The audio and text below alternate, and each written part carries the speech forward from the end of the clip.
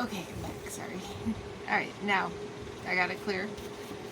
So let's try this again, what I was showing you here, putting this nozzle in that little hole right there, okay? Let's sit it down here. Let me re-angle this so you make sure you guys get a really good view of the stream. There should be a stream going directly out where my hand is pointing, right here. You should see brake cleaner going right out there. Let's see, so that should do it. So you can see it? Okay. And when you do this, please make sure you do not get it in your eyes. Man, what the? Alright, I just did it out there and it was fine. See? Okay, there it goes. For real? I'm so editing this. Okay, let's do this one more time. Okay, good. Good. I hope that came out on camera. Perfect. Alright, now, moving up a little bit. Okay. Next. Okay, you see what I'm doing here. Okay. I'm going to take, this is the main jet for this bike, the 1969. Let me fix this, sorry. Nope. Oh, apologies. Okay, the 1969 TR6R is 230 main jet right here and 106 needle jet, and the needle jet is in perfect condition, as you can see. No big bangs or anything on it. Main jet looks good. And I'm also going to, just for double assurance, I'm going to take the throttle cable wire and run it through. Okay, one sec. Okay, now we're going to continue doing this. Running the wire all the way through. Hope you can see that. Oh, the main jet in the center. Just run that all the way through. Make sure any gunk. And there's these little tiny holes in the needle jet, if you can see that. There's one on each side. Just run it through there too.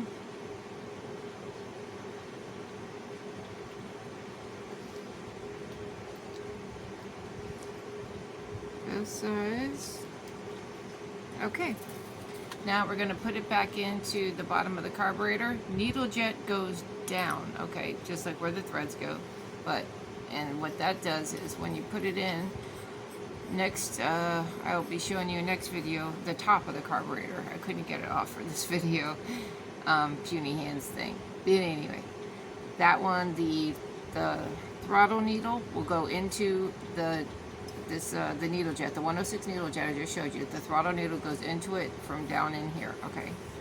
Oh, and one other thing, real quick tip, I forgot to mention. Feel around before you put it back together.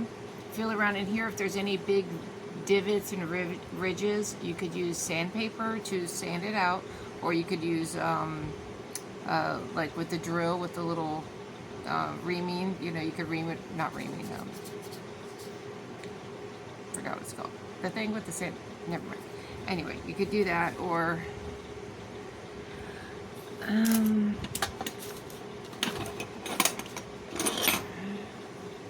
just make sure it's smooth so the slide can go up and down without any interference when it's on that part. So then you close this. Wrong way. Righty tighty, lefty loosey. Okay. Make sure that's nice and snug.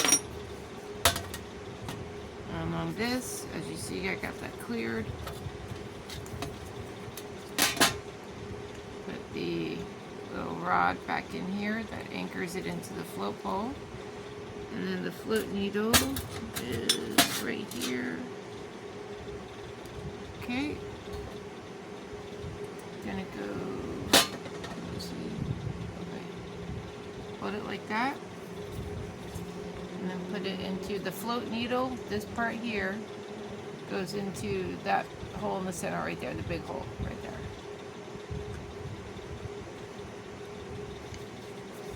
And the barb pops into those little bars there. Okay, I'm going to try this one more time to make sure it's still perfectly even after I cleaned it and sanded it.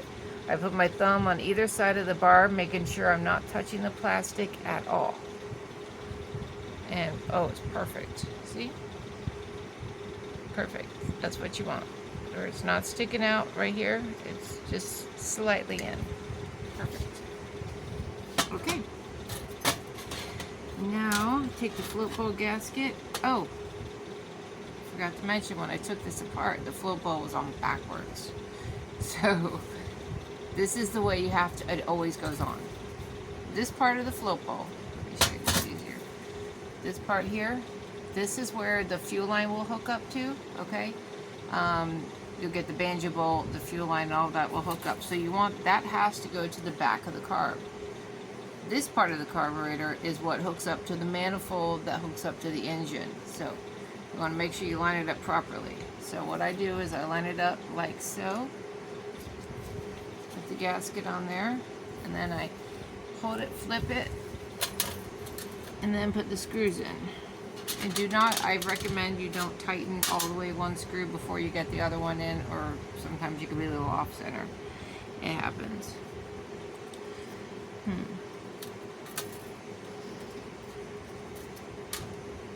I got the little washer here too. These always take a little tiny lock washer of some form.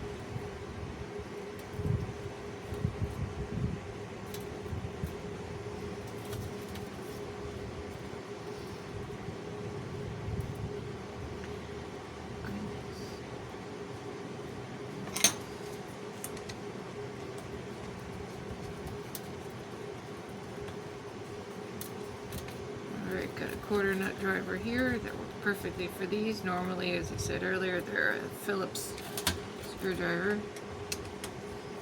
Phillips head screw, but that's alright. Some are Allen bolts, depends on the taste of the person, as long as they fit.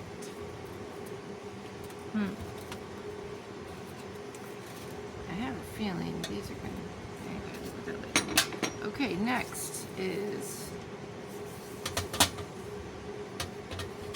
we're going to put in these, this is the slide. So see the blunt end right here?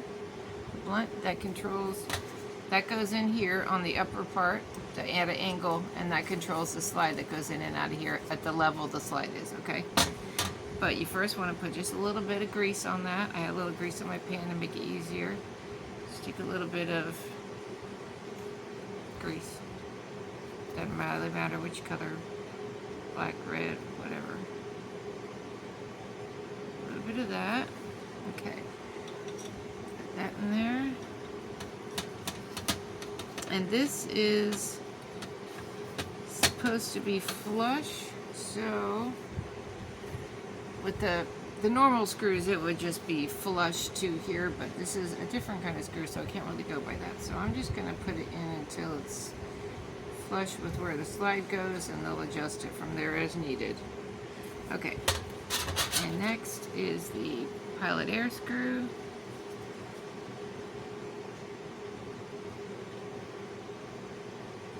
A little bit of grease,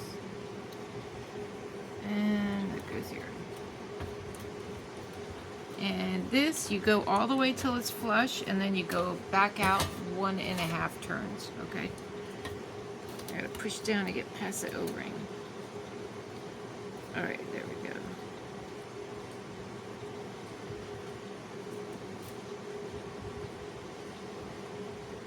Alright, now it's stopped. So, make sure you can see this perfectly. Okay. Alright, see here? This is where I'm stopped. Oops. Oh, a little more. Okay, here we go. Okay, this is the stopping point. So now I'm going to go back out 3 half turns. So 1.5 total turns, but 3 half turns. 1, 2, 3. There we go. That's a good starting point for when we're starting the bike for the idle and everything. And here we are with the gasket. This one takes the skinny gasket. I just put a little bit of grease in here. Try to keep it in place.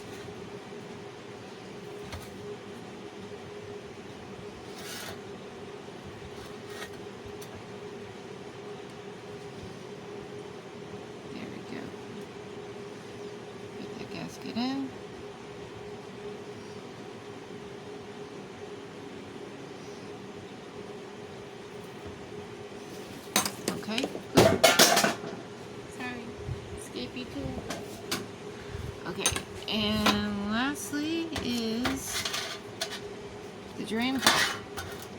Drain bolt right here, all nice and clean and pretty. This time I'm putting on the nylon washer. These are so much better and superior, far superior, and usually cheaper than shockingly, than the fiber washers. They just last a lot longer. Screw that on, and then just snug it tight. Don't do it so tight that you break it, because I've done that. Just, you want it snug. There we go. Okay. And that is this portion of how to rebuild a 932 Amal Concentric carburetor. This is okay. Thank you so much. I hope this helped you, and I hope this was very helpful to you, and I'll hope to help you with more stuff in the future. Thanks so much. Have a great day. Bye.